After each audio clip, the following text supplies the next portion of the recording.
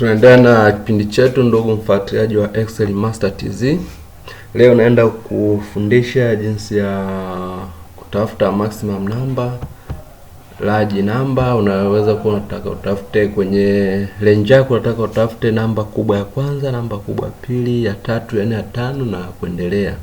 Lakini pia nitakuelekeza namna ya kutafuta minimum number kwenye range yako, au unaweza kuwa unataka kutafuta namba ndogo kuliko zote kwenye range yako, namba ya pili inayofuatia kwenye range yako, namba ya tatu inayofuatia na kuendelea.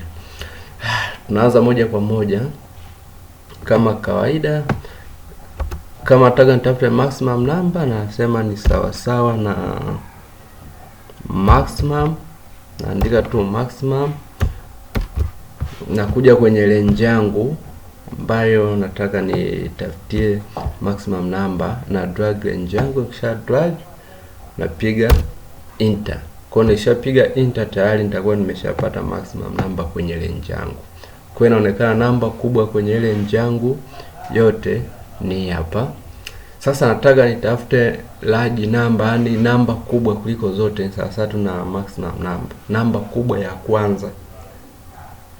Naenda sasa, badala ya kutumia maximum number, naenda kufundisha jinsi ya kutumia kutafuta large number.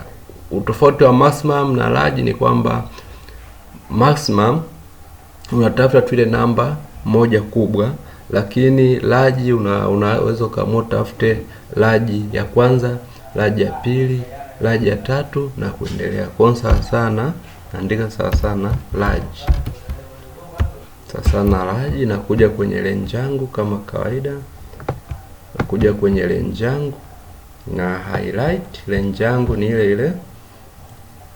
Kisha highlight naweka koma. Nataka nitafute namba kubwa ya ngapi? Namba kubwa ya kwanza. Kwa naandika moja, napiga enter. Kwa tayari hapo nimepata namba kubwa ya kwanza. Lakini mimi nataka nitafuta sasa namba kubwa ya pili. Kwa na weka ni sawa na large. Sasa na large nakuja kwenye range yangu kama kawaida, nakuja kwenye range yangu. Kwenye range yangu naenda kutafuta namba kubwa ya pili. Kwa hiyo naweka koma 2, namba kubwa ya pili, napiga enter. Naendelea tena kama kawaida ni sawa na large. Naenda kutafuta namba kubwa ya tatu kwenye hiyo range yangu, namba kubwa ya tatu kwenye hiyo range yangu, napiga koma 3. Kwa hapo tayari nitakuwa nimeshapata namba kubwa ya kwanza, ya pili, ya tatu. Kama nataka nipate namba kubwa ya kwanza, ya pili, ya tatu mpaka ya 10, basi nitaendelea na utaratibu mpaka mwisho.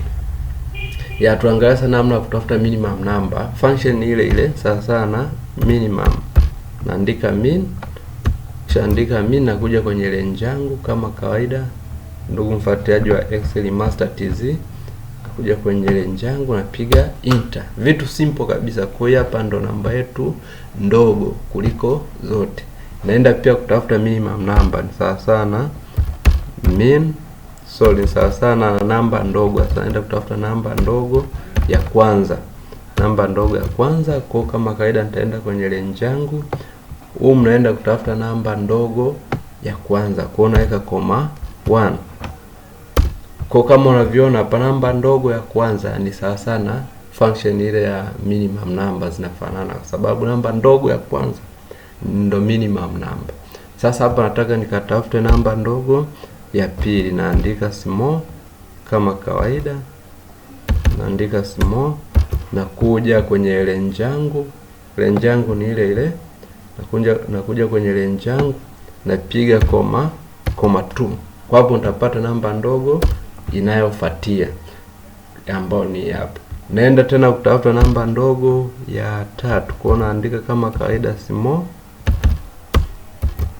namba ndogo ya tatu. Kwa itakuwa sawa na small koma 3. Kwa hapo tayari nimeshapata detail zangu. Kwa sasa kama unavyoona namba ndogo kabisa kuliko zote ndo sasa mimi namba, lakini inayofuatia ni kubwa zaidi kuliko ya kwanza. Vile itakuwa tunaenda hivyo.